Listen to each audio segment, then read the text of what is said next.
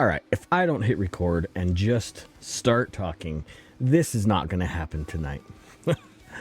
I always find reasons not to make a show instead of finding reasons to make a show anymore, which is terrible. That's a terrible attitude. By the way, welcome back to the Range Minded Podcast. My name is Steve Zimmerman, your humble host, and I'm grateful to have you here you're not here as I'm recording, but you're here watching now after I'm recording and publish. Well, you don't even care. Why do I tell you this kind of stuff? By the way, if you haven't heard, I'm absolutely excited to announce that I was nominated for a Gundy, a 2026 Gundy for Podcast of the Year. So, first of all, thank you to all my fans out there who nominated the show. That means a bunch to me. I really am humbled for that, just to be nominated. It's fabulous. Hell yes.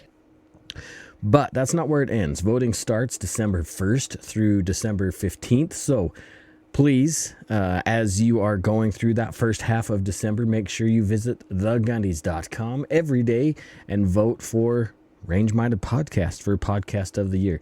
This is something I didn't expect. It was something I hope would happen. A few months ago, we talked about being a disruptor, and it worked. You guys stepped up to the plate. And that's freaking awesome. So, 2026 Gundy, potential winner for Podcast of the Year. Here's for hoping. Now, let's get to the show. I'm going to do my best to not have any kind of edits that are necessary. I just want to record a show, have a conversation, and we're just going to hang out for the next 45 minutes or so. You sure about that? Could be longer, could be shorter. I have no clue about what's going to happen. Okay, let's get into it. So, I'm assuming many of you, by the way, happy post-Thanksgiving. That's why this show came out a little bit later in the week. But I'm assuming that many of you took advantage of Black Friday. So if you're outside of the country and you don't have a clue, or you lived under a rock your entire life and you have no idea what Black Friday is, it is the one day of the year. It's the day after Thanksgiving, where retailers raise their prices and then drop them and say that you're getting a great deal just to encourage sales for quarter 3 or quarter 4, I guess. That's not necessarily true. I think I found some good deals. Hopefully you did too. I hit a couple. I hit pretty much not a couple, but just about every gun shop. There's a few I didn't make it to. For Black Friday, I wanted to check out all the deals and see what I could find. The very first shop I stopped at had a smoking deal on some serialized components. So yeah, absolutely. I picked up more than one of those things. I'm not going to tell you what they are. It doesn't matter. But I picked up more than one of those serialized components because it was a smoking deal. And honestly, they had a fairly good deal on ammunition. But I just wanted to scope around on some of the other deals out there. So the last store I hit, which again took all day, I didn't really go to that many places, but it took all freaking day. I was so tired by the end of the day. And I hate being around too many people. Not really the case. I love SHOT Show. I love being around those kind of people. I love the excitement and the hustle and bustle, which a lot of people hate. But when it comes to being in stores or being on the streets where there's just tons of people, for some reason, that's different to me, and I absolutely hate it. I hate it. So I was exhausted. But the last store I went to was kind of it's called the Cal store. I don't know how many of you guys have those. It's kind of like Tractor Supply or Baumgartner's or whatever that's called, Baumgarts. It's like a variety farm and ranch store. Like, they have a whole bunch of different stuff. So I went there to get some Milwaukee packouts for my day job. But once I started looking at the sale they had on those, it really wasn't a sale. There was no huge benefit. So I put those back. Honestly, I spent probably an hour trying to figure out, doing the math and putting a kit together. And then I realized once I did all the math that it really wasn't that good of a deal. Hi there. Is there a project you're working on? I know more than you. All right. So I was like, okay, they have a firearms section. So I walked over, checked out the guns. No deals on firearms there. But I did find another great deal on ammunition. So I picked up 1,000 rounds of 9mm. And then I picked up another 500 rounds of Hornady 5.56. So I figured, hey, that's a pretty good deal. I think I got a good deal on it. It's obviously not as cheap as it used to be, but the 9 mil for, and I know it was Winchester white box, which I know is not that. It's just plinking ammo, maybe something I'll take to a competition. But it was like $8.99 a box. So I figured that was a fairly good deal. I haven't seen 9 mil that cheap for a while for 115 grain. Hopefully it's not junk ammo. I know it's not the greatest ammo in the world. But the Hornady for the 5.56, that ended up being like $8 for 20, which is, I think it's a pretty good deal for, it's the Frontier stuff. And if you watch the PWS video, that shot the Frontier better than any of the other ammo that we shot through it. So I thought that was a good deal. So I picked up 1,500 rounds of ammo and some serialized components, which is going to lead to a good time. So maybe you'll get to see where some of those serialized components end up in a future video. We'll see. Nonetheless, I'm curious. Did you guys find any good deals as far as guns or ammo or setup kit, that kind of stuff? Maybe some medical equipment. I'm curious to see what you guys found in the areas that you live in. If you're outside of the United States, sorry, I don't know. Maybe you have like a Cyber Monday, which is also coming up, which like for the packouts, I decided I'm going to wait till Cyber Monday and see if Milwaukee has some cool stuff happening on Cyber Monday, because I think I could probably get some stuff cheaper that way. Maybe not. I don't know. It has yet to be seen. I got to wait a couple days for that. By the way, as of this recording, it's the 29th of November. It's a little after 9 o'clock p.m. So I'm probably going to be a little tired, maybe a little punch drunk. It's been a crazy holiday weekend. It feels like it's been completely nonstop. So I'm tired. I'm wired. And, whatever. Anyway, talking about shopping. That's what I want to talk about in this particular episode. I know we've touched on this before, but I want to touch on this again. And that's buying used guns. Is it worth it buying a used firearm compared to a new firearm? Now, I know some of you listeners out there are seasoned gun buyers, and you might agree or disagree with some of the stuff that I'm going to share in this episode. Or maybe it'll be like, hey, I've never thought about that perspective. If you're new to the gun side, if maybe you're just starting your 2A journey. First time. This might be a good episode to pay attention to. We're going to talk about what to look for when buying a used gun and maybe what to avoid when buying a used gun, and could save you a lot of hassle and a lot of frustration. So let's dive into it. So yeah, let's jump in. Let's scroll down in the old show notes here. Let's see. These are old show notes. I want my new show notes. That's embarrassing. Maybe I should have set this up properly, right? Okay. Why used guns? First of all, used guns are usually a better financial decision compared to a new gun. Think about buying a new car. There's a lot of equity lost once that car leaves the lot, and that's kind of a similar thing it is really depending on the gun.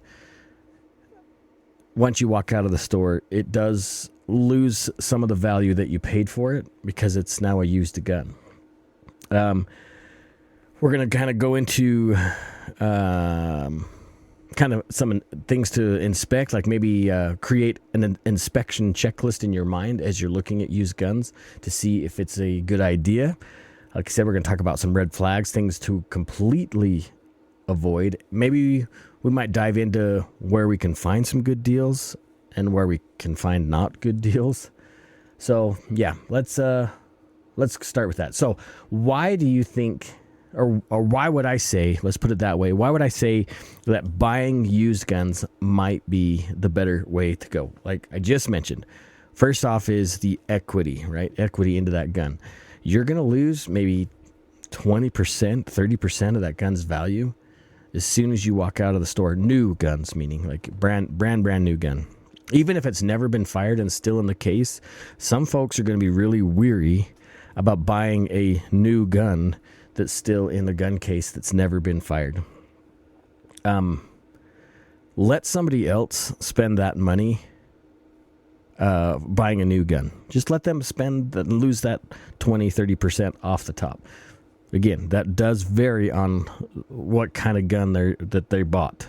If that makes any sense whatsoever, it is kind of confusing. For example, Glock says, like on a Gen 5 19, says, hey, this gun should retail, or MSRP is manufacturer's, what is it? MSRP. I had to look this up, and I forgot what it meant. Manufacturer's suggested retail price. Manufacturer's suggested retail price. I should know that. I sold guns for years. So Glock says, hey, this Gen 5 19, which I know they're going to be discontinued now, it really should sell for new MSRP around $600, but they'll have a MAP price, which is the minimum advertised price, which is going to be like, I don't know, $550 or something like that. Some of these are hypothetical, okay? But if you buy a used Glock Gen 5 19, man, you could be spending $450 to under $500 on that. So you're already saving $70, if not $100 on that gun. That might be a good option. Think about the SIG, right? That's going to be an $800 gun MSRP. But if you're buying it used, gently used, again, we're going to talk about what to look for, you're going to be $600, $550. I mean, that's a pretty good savings in the long run. And most new guns compared to their used counterpart are going to be the same thing. They're going to be 60 to 70% of what they would be new if you buy used. Now, I know when I was running the gun counter and buying used guns from people, you have to make margins, right? Like a store has to make money in order to be a store, right? You got to pay the employees and all that stuff. And there's a lot more, and I know we've talked about this before, there's a lot to buying guns, inputting them into your bound books, making sure everything's correct. So you gotta pay the guy, the employee that's buying the gun. You gotta pay the person in the back that's inputting all the information, make sure it's all correct, running the serial numbers, making sure it's not a stolen gun, all this stuff, and putting it into your bound book, and then putting it back on the floor. Sometimes you have to pay somebody to inspect that gun. So your margins really have to be roughly 30% of the gun, I guess 70% of the gun's value. So you're making a good amount of money to pay for all that stuff. So buying used guns, you need to understand that their margins are going to be higher, and there might be some haggling room on these used guns. So make it worth your while to just ask, right? You don't have to pay necessarily the sticker price. It's okay to ask if they can do better, like if the retailer can do a little bit better on a used gun. The worst they can say is no, right? I mean, it's not that big of a deal. And as Glock is, if we're talking about Glock specifically, we talked about the Gen 6 coming up, which there's some rumblings about the new Gen 6, but the V at least. And then phasing out Gen 3s through 5s. Either they're going to go for more money or they're going to be liquidated. I don't know. Some of those are probably going to go for more money than what they're worth because people are going to be asking more money and there's going to be a higher demand. You also got to think about economics here. But it's okay if you're buying a Gen 4 or Gen 3. Like my first was a Gen 317, my first Glock. I love that gun. Honestly, I've shot it a bunch, but I haven't shot the guts out of the gun. So most people, when they're trading in their used firearms, they're not shooting the gun to pieces. I mean, there could be some neglect stuff. Again, we're going to go into that inspection checklist to go through, but it's not a bad idea, I don't think, to buy used. I've got a lot of used guns in my safe. Again, when I was running the ranges, whether it be in Idaho Falls or Boise, I was getting employee pricing on used guns, which sometimes was awesome. I'm not going to lie. Like I picked up some guns for a smoking deal. Maybe they were dirty or maybe they had some broken components. I remember one of the ARs I bought, the kid trashed the AR. It was absolutely trashed. It didn't cycle right. I think he left it in the toolbox of his pickup. It was just beat to hell. And so the store, obviously, we didn't know what we were buying, but we knew it could be at least fixed to be operable. We didn't expect a lot out of it. So, well, I mean, we explained the guy. We didn't just rip the kid off, but we explained to him why we could only give so much for the firearm. But when we actually tore it down and looked into the gun, it was after I purchased it, actually, I realized, hey, this is the set of gas rings. So it was like $3 for a set of rings for the bolt, and just a good solid oiling, cleaning and then oiling, and the gun still runs fantastic. I did a kind of a spray paint camouflage job. I might have shown you guys before that rifle, but it runs great. And I don't remember what I paid actually. It was like $150, I think, for the maybe $200. It couldn't have been $200. It was not that much money because it was rough looking. But I put a new rail on it. I replaced the rings. I cleaned it up. Boom, it runs like a champ. I got a good deal. The kid was happy when we bought it from him. I'm happy because I have another AR in my gun safe. It's okay to buy some things that look a little bit rough sometimes, abiding that you know what you're getting into, and then invest a little bit and have something that functions and something you're not too worried about scratching up if it does. I mean, it's not like you're spending I don't know, $2,000 on a high-end AR that you're gonna beat up, at a range day or something. It's okay. It's okay. I felt good about it. Again, when we're talking about buying somebody else's gun, there is a little bit of a fear there that some buyers are like, no, I'm not going to go buy somebody else's problems. Most guns do not have the guts shot out of them. Okay? People tend to shoot. That's not true. I shouldn't say that. But I have seen a lot of handguns come in that somebody wants to sell for something else in the store, where the gun may have had maybe 1,000 rounds through it, but most likely 200 to 500 rounds through it, and they've never cleaned it. They don't like how it feels, and they just want to get rid of it. There's a lot of life. In fact, they haven't even, in some cases, been broken in yet. Some manufacturers say to shoot about 500 rounds to really break in a firearm to where it runs smooth and feels nice. And some of these guns that come in used have not even hit the break-in point yet. So you are getting a good deal. I have seen some Glocks and some Smith & Wessons pounded through rounds, 20, 30, 40,000 rounds. Yeah, they might need some springs or something, but they're still functioning without any cracks. Maybe at worst, you need to get a new barrel. Yeah, that can be a couple $100 if you jump up to a little bit better barrel system. But still, you're buying a gun that has a lot of life left in it. Maybe not 20, 30, 40,000 rounds, but still, you're just, some of those are just being broke in. All right.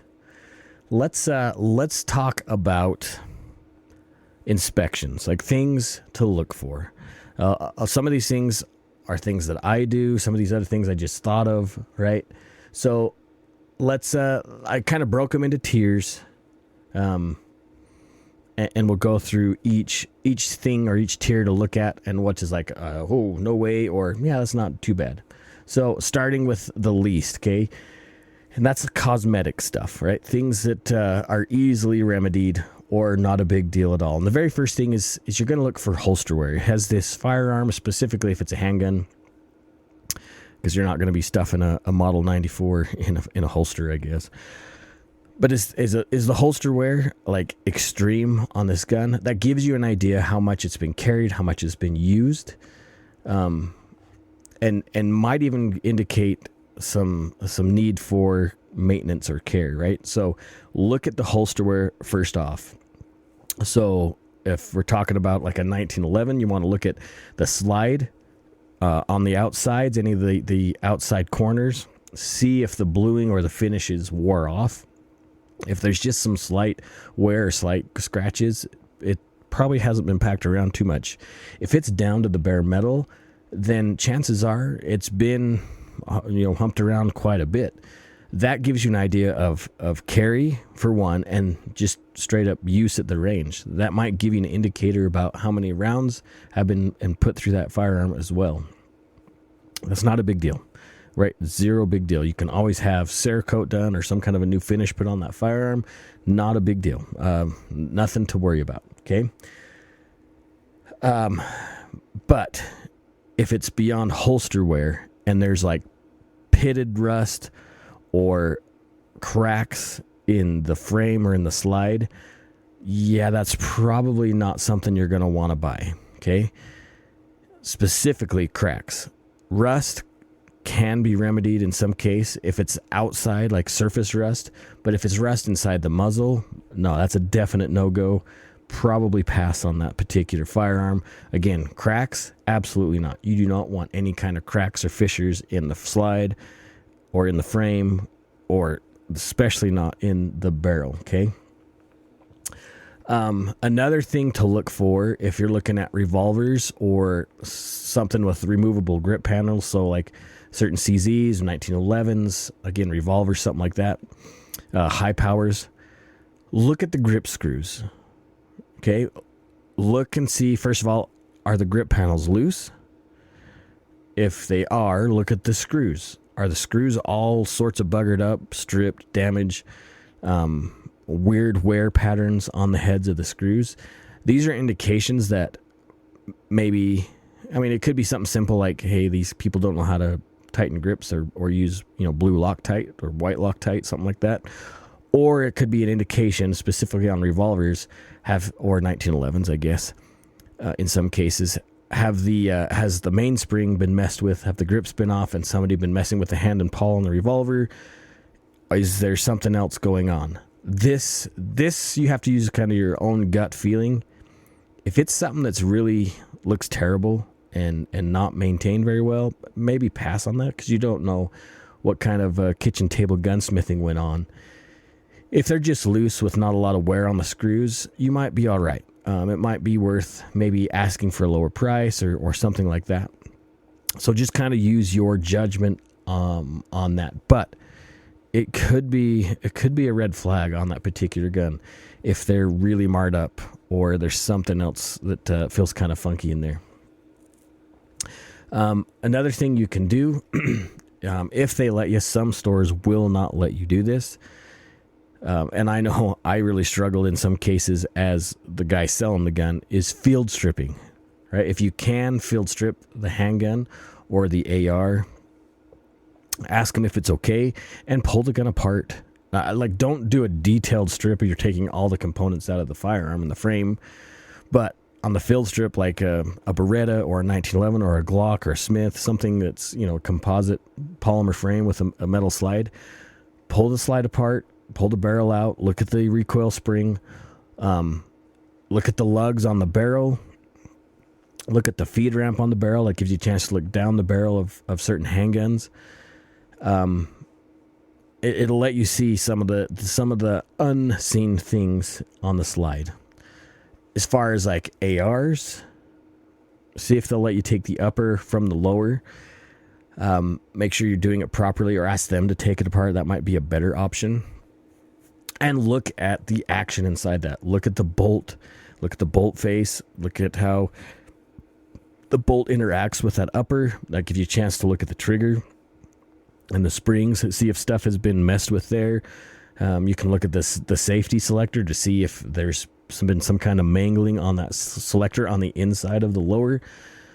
It's a good way to really look a little bit deeper in that gun. Again, if you see pitting in the barrel or anywhere in the actions, in the chamber, no go, okay? Look at if it's an AR style rifle, look at where the locking lugs from the bolt face interact with the chamber and see if there's a lot of marring or, again, rust.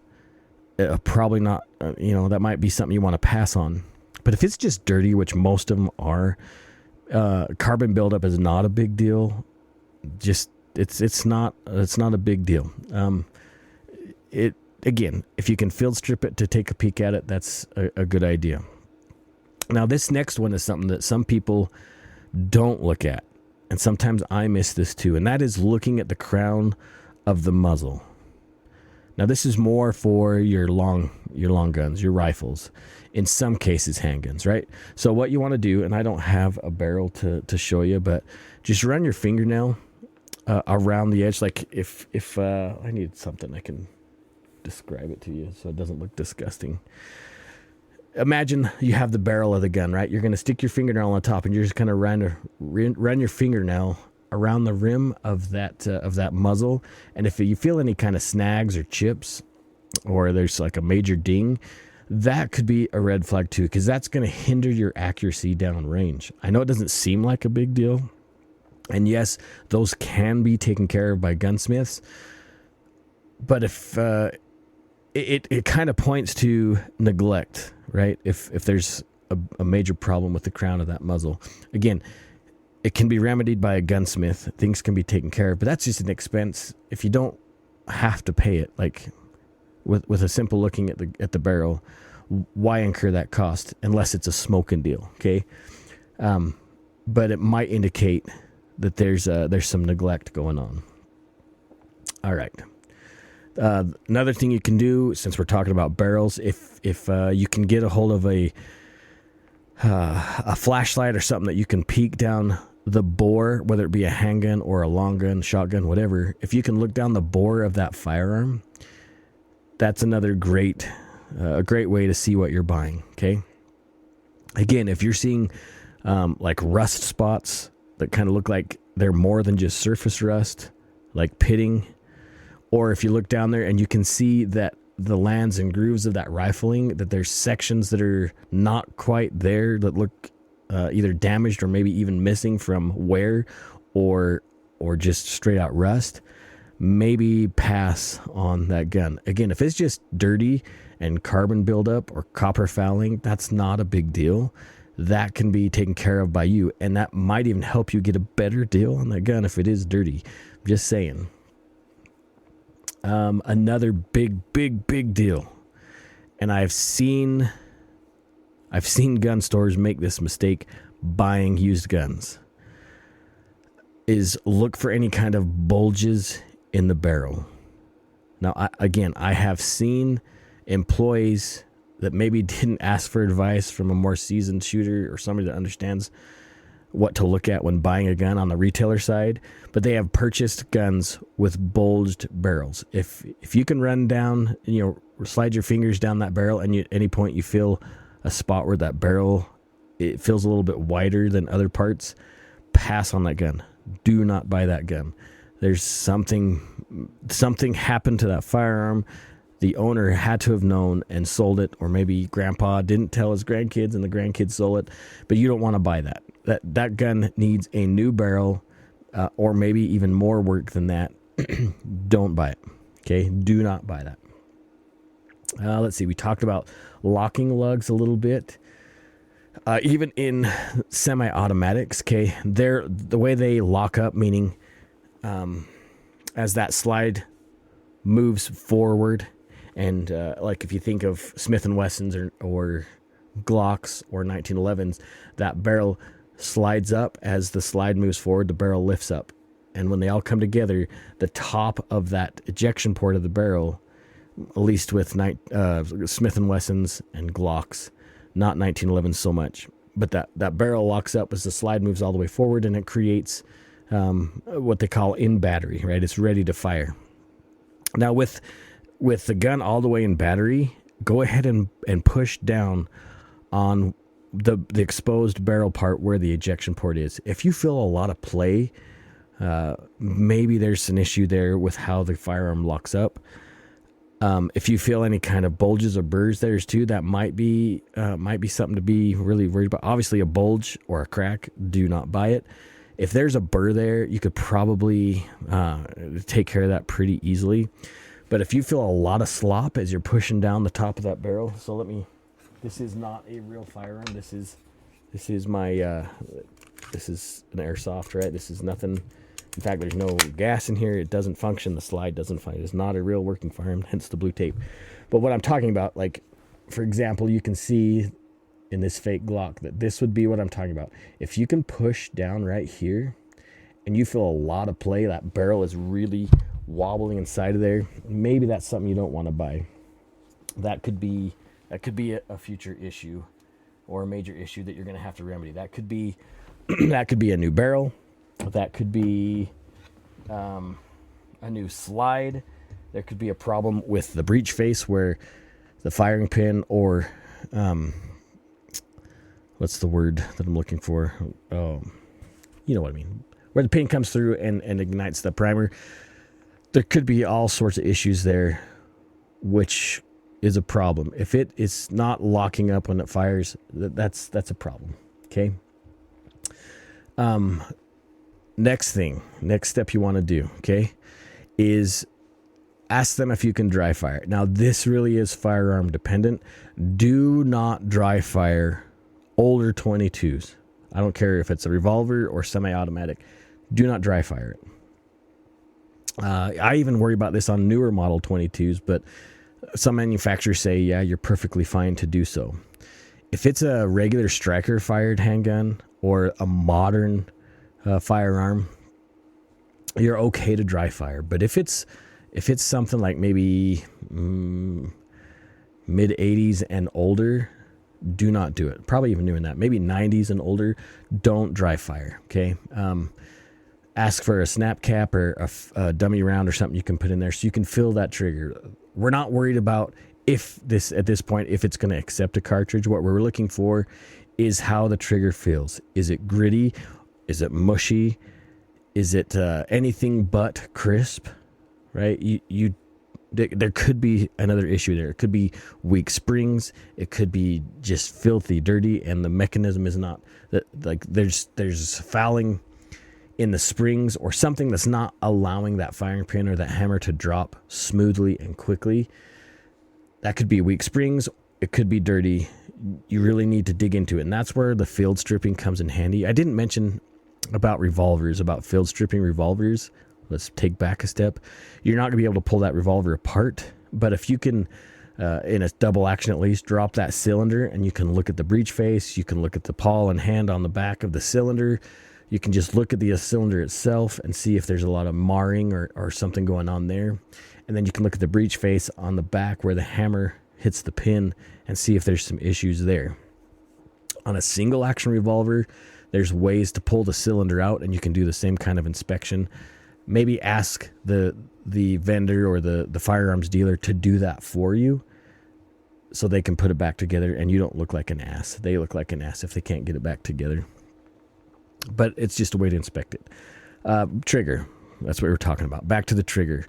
We want a good, crisp trigger, right? We don't want something that may not always fire all the time. Like I have a Glock that I put a trigger in that I need to pull out and put the factory trigger back in because it is horrible. It is absolute doggy doo.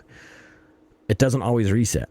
And so dry firing gives you a chance to feel how that all those components work together.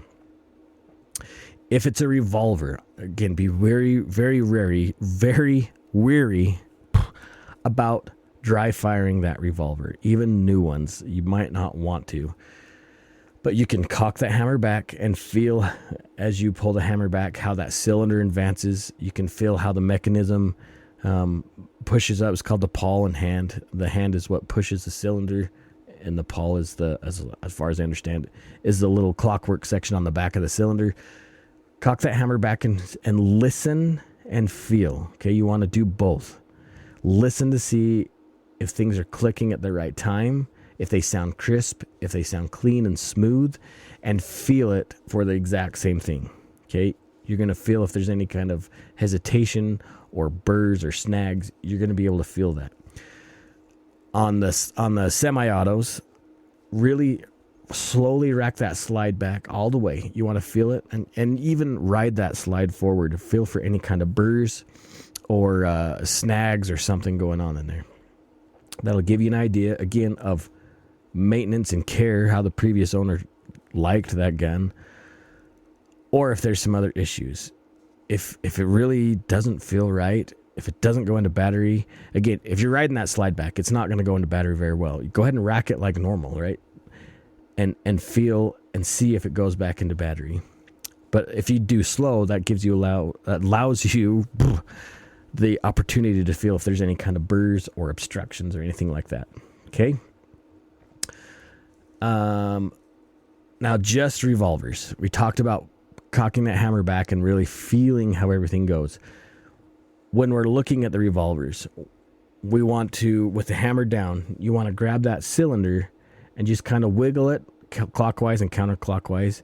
See how much slop is there. If there's a lot of play, there's probably a good reason not to buy that firearm. Again, you're gonna pull up the hammer back. You're gonna feel what it feels like. Maybe press the trigger and ride that hammer home just to see how everything feels. If it is too soft or too light, if the trigger, like you sneeze and it goes off, maybe pass it up. Maybe there was some kitchen table gunsmithing going on there that you don't want to deal with. Cylinder gap is another thing. If the cylinder is slid too far forward or too far back, or again, if there's a lot of play in there, maybe not so much. Okay. If there's too much gap, you might lose a little bit of velocity out of that projectile as it comes out. And if the cylinder is out of time just a hair, and you're starting to shave some of the projectile as it comes through, and you're getting, whether it be brass or lead that's coming out of the cylinder gap, that is a major issue, and you don't want to deal with that. Okay. Next thing, back to semi-autos. You want to look at the magazines. Okay, look for weak springs. Maybe somebody kept the mag loaded for an extended period of time. New magazines, it's not such a big deal. The new metals and components that they're using on magazines for modern times, you can leave those loaded for a much longer time. If you're looking at something from the 80s or the 90s, you're going to probably have some weak springs anyways. But if the follower really has a hard time pushing all the way up to the feed lips, there's a spring issue. Now that can be remedied. You can buy new springs. That's not a deal breaker, but that's something you need to pay attention to. Again, it gives you an idea of how much the gun was used. Look at the feed lips. That's the very top of the magazine where it tapers and the cartridges kind of get stuck at the top of that magazine. Look at those feed lips. If there's weird wear patterns on the top of those feed lips, there could be an issue on how the frame receives that magazine. It might be taking them too high up. There might be some maintenance issues there. Or it might also tell you that that mag has been dropped a lot. Maybe that gun was used in competitions. There's a lot of things you can learn from a magazine. If it's just a loose spring or a weak spring, that's not a deal breaker. You can buy new springs. It's not that big of a deal. Let's see, where was I? Let's talk about, same thing, cracks, that kind of stuff. Magazines, that's not a deal breaker. You can buy new magazines unless it's something extremely rare, or if it's something like a staccato where mags are almost $100 a piece. Be really mindful about what you're looking at. Okay. We talked about the feed ramp. Okay. Look at the feed ramp on your semi-automatic pistols. Now that's the bottom portion of the barrel where the nose of that projectile hits as it's being fed into the chamber. Look at how that is. A lot of times, like I know with my first Glock, I recontoured the feed ramp just a little bit, and then I polished the ever-living crap out of it because it makes it run more smooth as it allows that cartridge up into the chamber. But if there are huge nicks or rust or cracks in that feed ramp, pass on that gun. Again, if it's just fouled with gunk and dirt and grime and carbon, cool beans, not a big deal. You're good to go. Okay. Oh, I guess while we're looking there too, look at the ejector and the extractor on those semi-automatic handguns. Now the extractor is a little hook-looking hand thing. It's usually on the ejection side of the slide, and it grabs the rim of that cartridge and pulls it out of the chamber. And then the ejector is usually a flat piece of metal somewhere towards the full open of the slide that hits that piece of brass and throws it out of the ejection port. Look at those two things. If the extractor is broken, again, it's not a deal breaker, but it could give you a chance to negotiate on the price of that gun. But if it's worn a little bit, just be mindful. Some of those older guns might have some extractor issues. It could be a pace, and it is honestly a consumable on your semi-autos. Just be mindful. It might be something that you do have to change sooner than later. The ejector, they tend to get dinged up a bit as well after prolonged use, or somebody thinking that they can tune their gun a little bit better, and maybe they bent that ejector too far and it has issues ejecting as it's extracted. All right, here's a big one, okay? Serial numbers on this used handgun or any used gun. Make sure that the serial numbers are present. Now, some cases for like handguns that you can exchange slides, those may not match. That's not a big deal. That's fine. Really what you want to look for is on the frame, the main serialized component of the firearm. So on handguns, it's going to be the grip module part, right? That's where they're going to stamp the serial number. Make sure it's there, right? You don't want anything that's scratched out or looks like it's been manipulated in some way. If it has, do not buy it. I don't care how good of a deal is. You don't want the hassle in your life that could be there. Don't buy it. And as far as ARs, it's going to be on the receiver, or rifles. In some case, it's going to be the action of the rifle, the lower receiver, whatever you want to call it. Make sure, no matter what, no matter the firearm, that serial number or a serial number is there and doesn't look like it's manipulated or completely scratched out. Again, if it in any case it looks manipulated, do not buy it. I don't care how good a deal it is. Don't touch it, okay? Let's talk about some absolute deal breakers right off the bat, okay? And we already talked about this, so let's just remind you, okay? If there's real serious rust, pitting rust inside the bore, no, don't buy it. If the bore is bulged, don't buy it. If there's cracks anywhere on the frame or the slide or the barrel, don't buy it. If it looks like somebody did some home gunsmithing, be very wary. I wouldn't say it's a deal breaker, but just be very, very wary that you might have to change some of those components, or maybe they're beyond true repair. So in some case, use your best judgment. Again, if a revolver is out of time and it's shaving the projectile on its way through, do not buy it. You're going to hate it. It's going to be an absolute nightmare at the minimum, and it can be extremely dangerous at the maximum.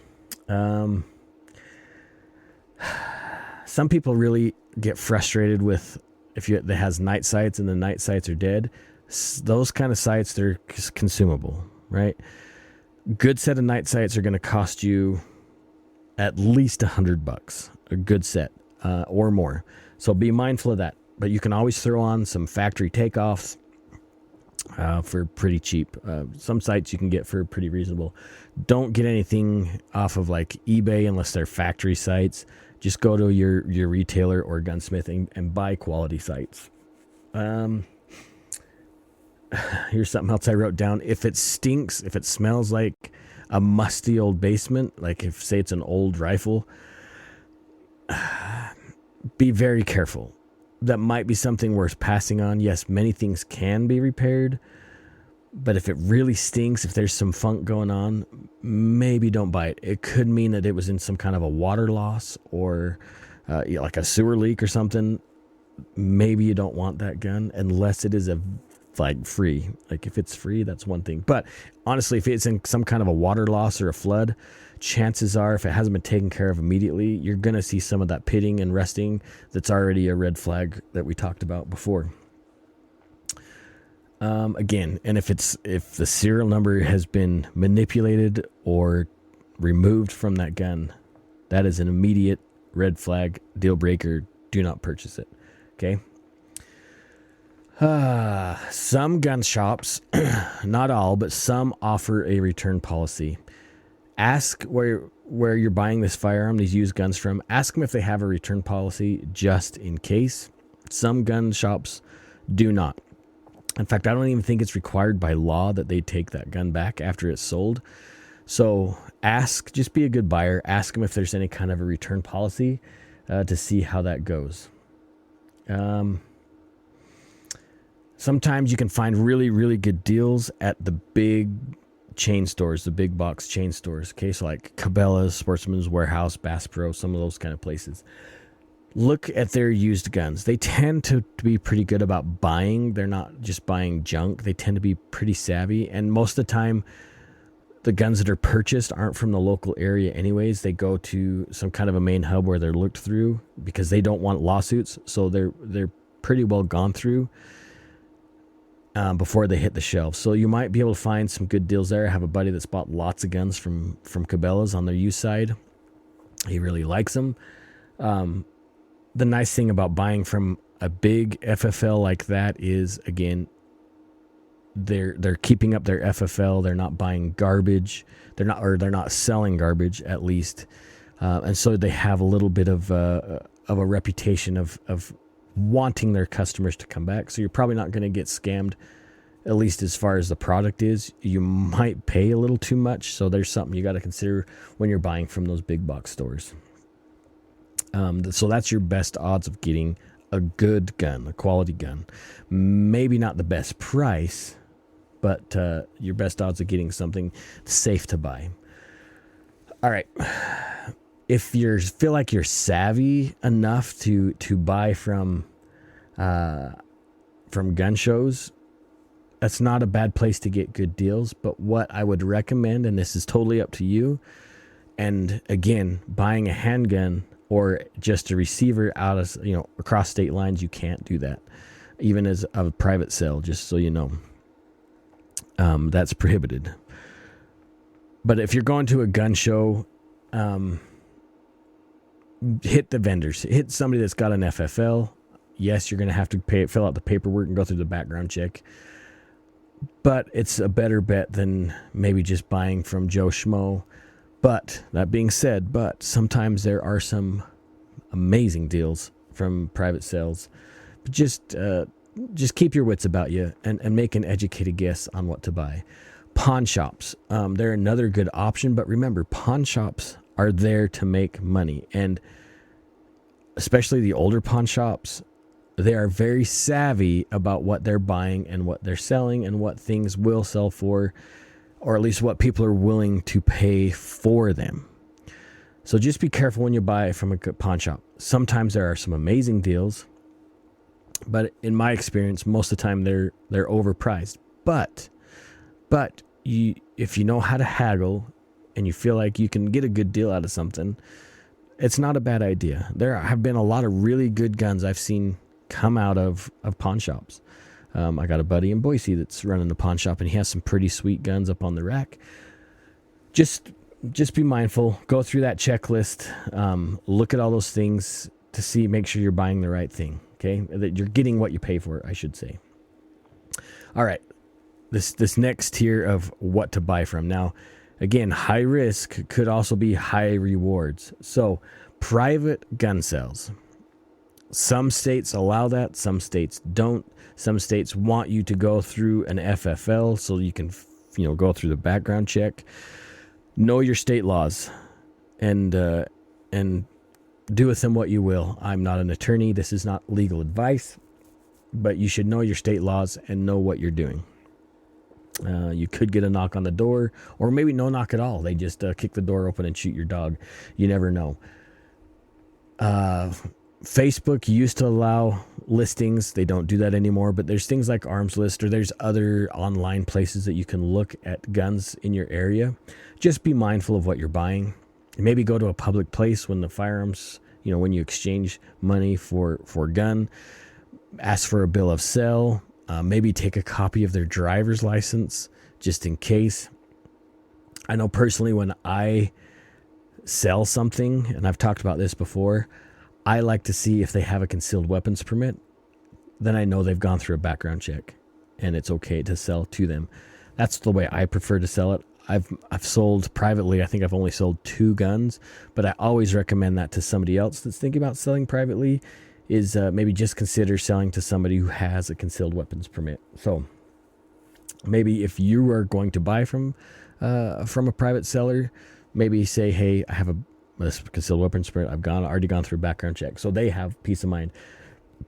It's probably still not a bad idea to have some kind of a bill of sale so that they can see if something were to happen, that there was a transaction made and that the sale was on the up and up. All right. Online auctions. This is a tough one because Gunbroker or some of these other websites, I mean, you've seen in the past, maybe you haven't paid attention, but there was some controversy tied to Gunbroker and the ATF tracking people's sales, even though those sales were 100% legitimate. Some of these individuals ended up in some hot water. Again, their sales were 100% above water, but some of these agencies were looking at the transactions that were taking place on these online auction sites. I have met people that have bought things off Gunbroker that have very positive experiences and got exactly what they paid for. They felt like they got a good deal. Just remember, it's an auction site. So it's going to go for what somebody's going to pay for it. It doesn't mean what it's worth. Okay. If you are curious to see what something should be sold for, if you're going to go to any auction site, look at the sold options on that particular firearm to see what things are going for.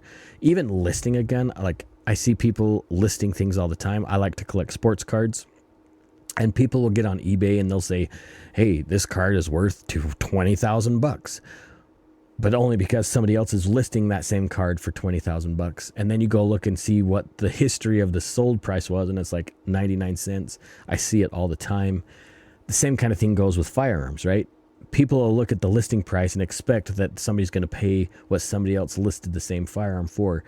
Go to the what things sold for tab and the history of the sold item, or whatever you want to call it, to see what the actual going value of that firearm is. It gives you a good idea too of what you might expect to pay if somebody's selling something that you like, and you can call them on the carpet and say, look, the last time this sold on Gunbroker, it sold for $300 and you're asking $900. So it might be a good way to leverage and get good deals that way. Let's see. Yes. Your safety should be number one when it comes to doing anything, any kind of purchasing on a private seller. If something is too good to be true, it probably is. Don't buy from some dude in a hoodie that sells you a Glock in a bag, right? Or something that seems damaged or altered. Don't do that. Avoid those kind of sales at all costs. It'll save you a lot of headache. It could save you a lot of jail time or worse. Just don't do it. You should keep your safety in mind if you're purchasing from a private seller, okay? All right. Pricing. Let's talk about pricing. I'm going to try and tidy this up pretty quick because we're going a little bit longer than I hoped. Used guns, like I mentioned in the beginning somewhere, you're going to be roughly 60 to 70% of the new value of that gun. Now there's a lot of variables there and a lot of things could be different. Okay. But if it's like a modern striker fire, say a Glock Gen 5 or Smith & Wesson M&P, something like that. If it's sold for $750 brand new, and you're looking at something that's the same model used, it might be worth 60% of that value, maybe 70%. And you can't look at, oh, it's got a new trigger. You can't look at that kind of stuff. It's like buying a car that's got wheels and tires. That doesn't add any value. That's just a luxury that somebody else put on there, and they've already paid that stupid tax for that luxury. You just got to be wary about that, okay? But again, that is firearm dependent. If you're going into some of the nicer Walthers or nicer CZs, it really could be 70 or 80%, maybe even higher of the retail value of what the used value is. If it's a Staccato, it's probably going to go close to what retail is already for that gun, even used, because people have this perception of it being higher quality. And yes, it's a nice gun, but it's economics, right? It's worth what somebody will pay for it, and people are still paying a premium even for the used versions of that gun. Now, that being said, if we're going to something, pre-80s, 86, 84, and older, it could go for 200% of what the value is, just because of what the gun is. There's nostalgia, there's collectors and curio prices involved. So that's totally different. Like, if it's a Colt Python, like an OG Python from 1981, yeah, it's going to be worth more than what the retail value was of that gun in 1981. That's just the nature of the game, because it's a classic, it's a beautiful gun, and they're not hand fit like they used to be. So you're buying quality and a collector's piece, and they are absolutely beautiful to shoot if you ever can get a hold of an OG Python. So just be wary of that. If somebody's got an unfired firearm in the box, but it's technically used because they bought it from a dealer, if it's more than 90% of what retail price is, they're asking too much. I'm sorry, they're just asking too much. It's not worth it. Find something that's a better deal for yourself. Okay? All right. Let's wind things up. If the used gun you're looking at is more than 80% of what the retail value of that gun is, it's probably too much. Do some shopping, shop around. Unless if it's something super awesome. Don't forget, maybe go back and listen to what to look for, those step-by-step things to do an inspection list. Do that every time you buy a gun. Really look at those things. Look for rust, look for cracks, look for unusual wear, things that could be potential red flags. Okay, again, go back and listen to those. Maybe write each one of those things down in a more comprehensive manner, probably than what I explained them. And it'll help you become a savvy used gun buyer. Don't forget to shop around. Don't just get stuck to one shop. There's deals, just like I did. Like I told you about the ammo stuff from Black Friday. Shop around. There's deals to be had. And you need to be a savvy shopper. Of course, if you're loyal, sometimes that particular gun shop might give you a better deal than others. So it's a catch-22. What do you do? Again, if you're looking at Gunbroker, look at the sold history of the sold item to see what the gun actually went for, and don't just pay what the asking price is, because it's almost always too much. Let's see. That's it, I guess. Honestly, like I said, I've got a lot of used guns in my safe. People don't really shoot the guts out of their guns before they sell them, so they tend to be a really good deal. And I have a lot of used guns. I enjoy it. I have a couple antiques that are awesome too that I don't shoot. Don't be scared. Don't be scared to look at used guns. Yeah, I get the shiny new thing is also cool too, but if it saves you a few bucks that you can turn around and buy ammo or take a class with, it's probably worth it. Okay? Awesome. That's it. Don't forget, again, the show was nominated for a Gundy, Best Podcast of the Year. 2026 Gundy. That's pretty rad. Voting starts December 1st through the 15th. You can vote every day. Jump on there and please vote for the Range Minded Podcast. If I could take a Gundy home, that would be awesome. And we can do this together. Again, I want to be your voice in the Second Amendment community. I want to be your helper. I want to enjoy and share the Second Amendment to generations into the future, and we can do this together. And yeah, believe it or not, part of that is helping me get a Gundy. It's not a pride thing. It's a knowing that my voice matters, and other people are hearing what I have to say, and that does mean a lot to me.